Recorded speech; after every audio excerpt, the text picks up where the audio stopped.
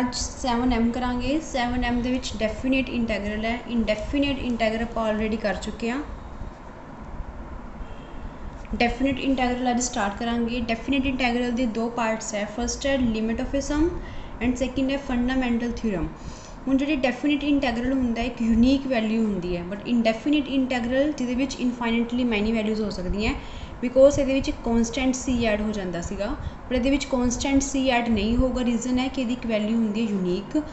ਹੁਣ ਇਹ ਡਿਫਾਈਨ ਕਿਵੇਂ ਹੁੰਦਾ, ਇਹਨੂੰ ਡਿਨੋਟ ਕਰਦੇ ਹਾਂ ਆਪਾਂ integral a to b fx dx,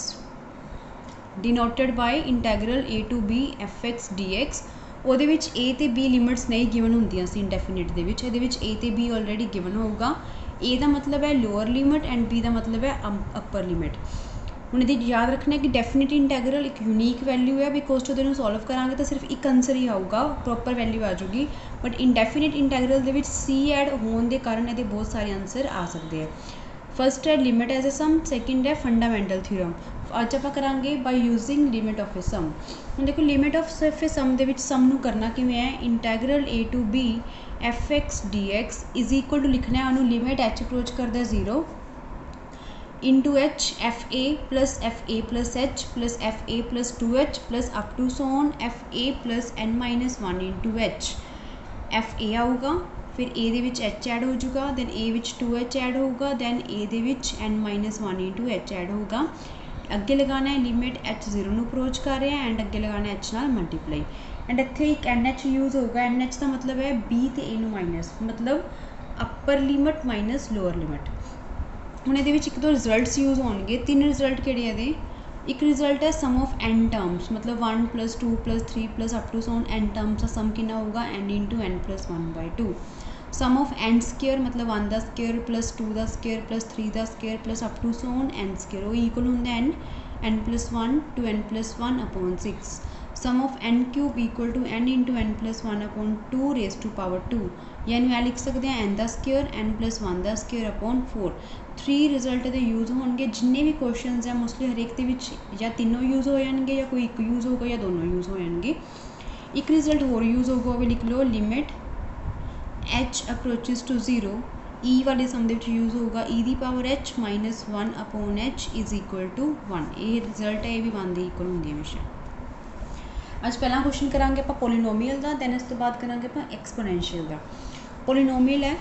1 to 4 3x² + 2x into dx। ਇਹਨੂੰ ਸੋਲਵ ਕਰਨਾ as the limit of a sum. ਹੁਣ ਦੇਖੋ ਇਸ ਕੁਐਸਚਨ ਨੂੰ ਸੋਲਵ ਕਰਨ ਦੇ ਲਈ ਸਭ ਤੋਂ ਪਹਿਲਾਂ ਦੇਖੋ ਆਪਣੇ a ਕਿੰਨਾ ਹੈਗਾ 1 ਐਂਡ b ਕਿੰਨਾ ਆਪਣੇ ਕੋਲ 4, ਤਾਂ NH ਕਿਹਦੇ ਇਕੁਅਲ ਹੋ ਜਾਊਗਾ b - a, ਡੈਟ ਮੀਨਸ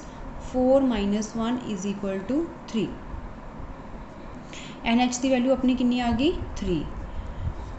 ਹੁਣ ਇਸ ਤੋਂ ਬਾਅਦ ਆਪਾਂ ਨੇ ਕੀ ਕਰਨਾ ਹੈ, ਇਹਨੂੰ ਸੋਲਵ ਕਰਨਾ ਹੈ। ਸੋਲਵ ਕਰਨ ਦੇ ਲਈ ਆਪਾਂ ਨੂੰ ਪਤਾ ਲੱਗ ਗਿਆ ਕਿ ਆਪਣਾ fx ਕਿੰਨਾ ਹੈ, fx ਹੈਗਾ 3x² + 2x। ਹੁਣ ਇਸ ਤੋਂ ਬਾਅਦ ਕੀ ਕਰਨਾ ਆਪਾਂ ਨੇ, ਅਕੋਰਡਿੰਗ ਟੂ ਦਿਸ ਰਿਜ਼ਲਟ ਕੀ ਕੁਝ ਫਾਈਂਡ ਆਊਟ ਕਰਨਾ ਹੋਊਗਾ ਆਪਾਂ ਨੂੰ। ਇੱਕ ਫਾਈਂਡ ਆਊਟ ਕਰਨਾ fa, ਫਿਰ fa + h,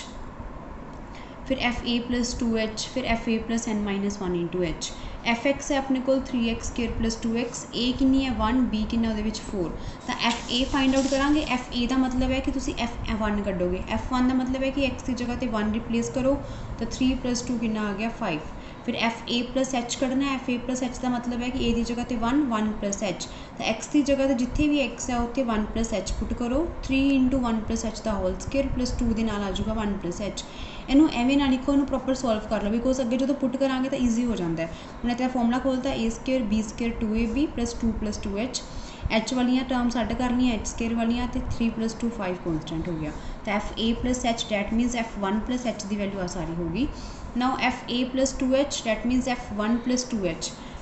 x ਦੀ ਜਗ੍ਹਾ 'ਤੇ 1 + 2h ਦਾ ਹੋਲ ਸਕੇਅਰ ਆ ਜਾਊਗਾ, 2 into 1 + 2h। ਇਹਦਾ ਸਕੇਅਰ ਖੋਲਾਂਗੇ a² b² 2ab, ਫਿਰ h² ਵਾਲੀ ਟਰਮ ਅੱਡ ਕਰ ਲਈ, h ਵਾਲੀ ਅਤੇ 6 ਵਾਲੀ ਕੌਨਸਟੈਂਟ ਟਰਮ, ਫਿਰ fa + n - 1 into h, a ਦੀ ਜਗ੍ਹਾ 'ਤੇ 1 + n - 1 into h, 3 ਇੱਥੇ x ਦੀ ਜਗ੍ਹਾ 'ਤੇ ਆ ਸਾਰੀ ਟਰਮ + 2 into ਆ ਸਾਰੀ ਟਰਮ ਇੱਥੇ ਪੁੱਟ ਕਰਤੀ। ਇਹਨੂੰ ਵੀ ਸੋਲਵ ਕੀਤਾ, ਇਹ ਹੋ ਗਿਆ a + b ਦਾ whole square,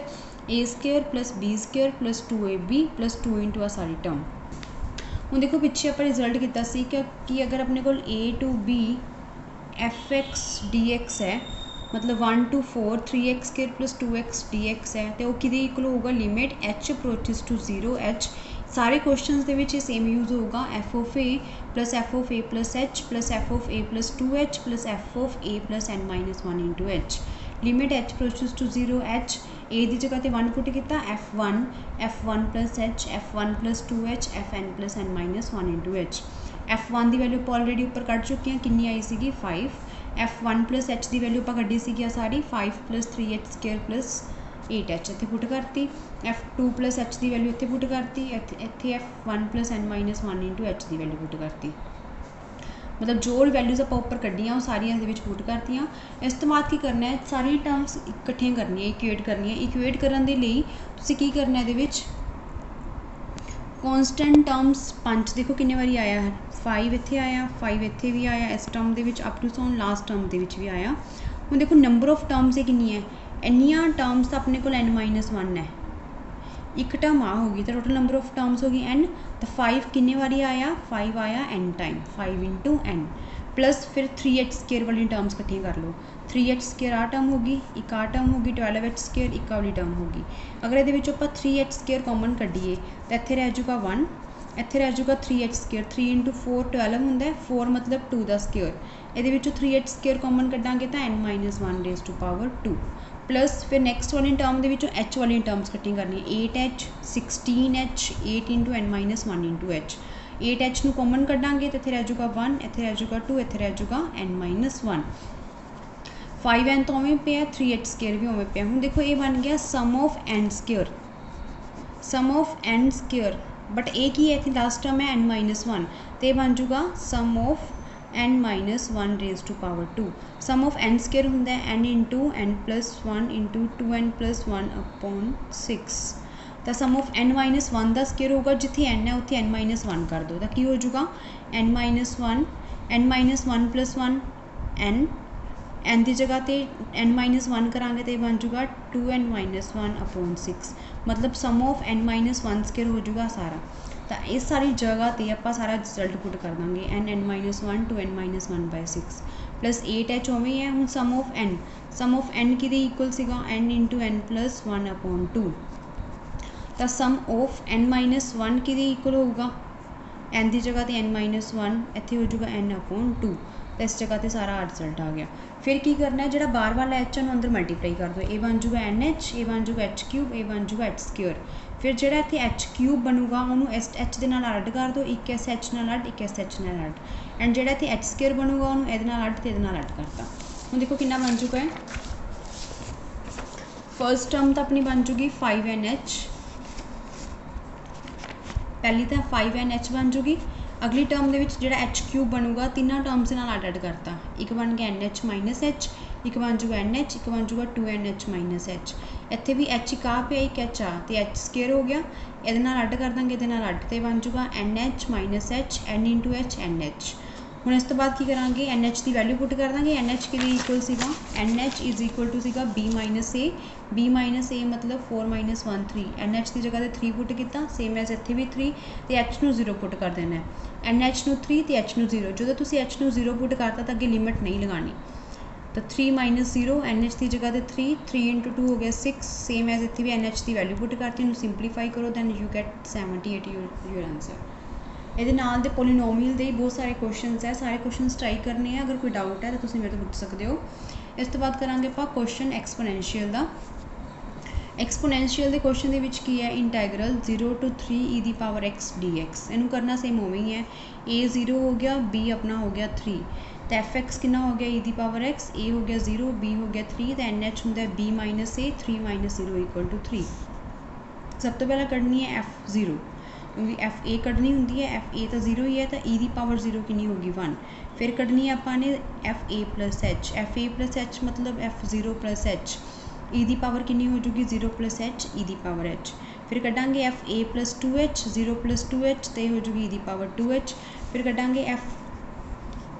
f0 plus n-1 into h तो हो जाएगी e की पावर n-1 इंटू h सारे जिन्हें भी रिजल्ट आया फॉर्मूले पुट कर देने रिजल्ट सीगा अपना लिमिट h अप्रोच करता 0h FA मतलब F0 plus H F0 plus n minus 1 into H। F0 की वैल्यू आप 1 कढ़ीए पिछे, F0 प्लस H की e की पावर H, इतने e की पावर 2H, इतने e की power n minus 1 into H कढ़ीए। हुण देखो जिहड़ा सारा रिजल्ट बनया ये बनया अपनी GP का सम कि इक्वल होंदा है, सम ऑफ GP कितना होंदा है, सम ऑफ n टर्म्स अगर GP च होना, इतने n माइनस 1 टर्म्स है, सॉरी n टर्म्स ही है, तो कितना होंदा है A R की power n minus 1 upon R minus 1। तो A अपनी कितनी है इतने 1,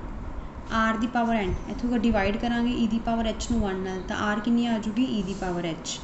e की पावर h आऊगी n उपर पई है e की पावर NH माइनस 1, R हैगी सी e की पावर h माइनस 1। तो इस जगह पर आप की पुट कर देंगे सारा e की power NH minus 1 upon e की पावर h माइनस 1। फिर e की पावर NH माइनस 1 थोड़ा अलग कर लिया, लिमिट अलग करके जो आवला H पिया डिवाइड च लै गए। हुण पिछे तुहानूं मैं रिजल्ट लिखवाया स्टार्टिंग दे विच कि सारा किहदे इक्वल होंदा है 1 दे, तो NH की जगह पर आप 3 पुट कर देंगे तो आंसर हो गया e की पावर 3 माइनस 1, e की power 3 minus 1 is your answer. इन्हूं आप सिंपली भी चैक कर सकते हैं, सिंपली किवें होगा, ये क्वेश्चन का सिंपल इंटैगरल करो e की पावर x का, e की पावर x ही होंदा है, फिर ये आप लिमिट्स पुट करनी है 3 तो 1, ठीक है। सब तो पहला 3 पुट करांगे e की पावर 3, फिर 0 पुट करनी है e raise to power 0, e की पावर 3, e की पावर 0 कितना होंदा है 1। अगर तुहानूं क्वेश्चन लिमिट ऑफ सम दा आ रहा है बट तुसीं एंड ते आंसर चैक करना है कि साडा सही है या नहीं, तो सिंपल इंटैगरल कर लो, वो लिमिट्स पुट कर लो, तो तुहाडा आंसर आ जाऊगा, मैच कर सकते हो कि तुहाडा आंसर सही आया या नहीं आया। जिहड़ा आपां सैकेंड रिजल्ट करना है फंडामेंटल थ्योरम, वो यही है कि इंटैगरल करो, सीधे लिमिट्स पुट करो, तुहाडा आंसर आ जाऊगा।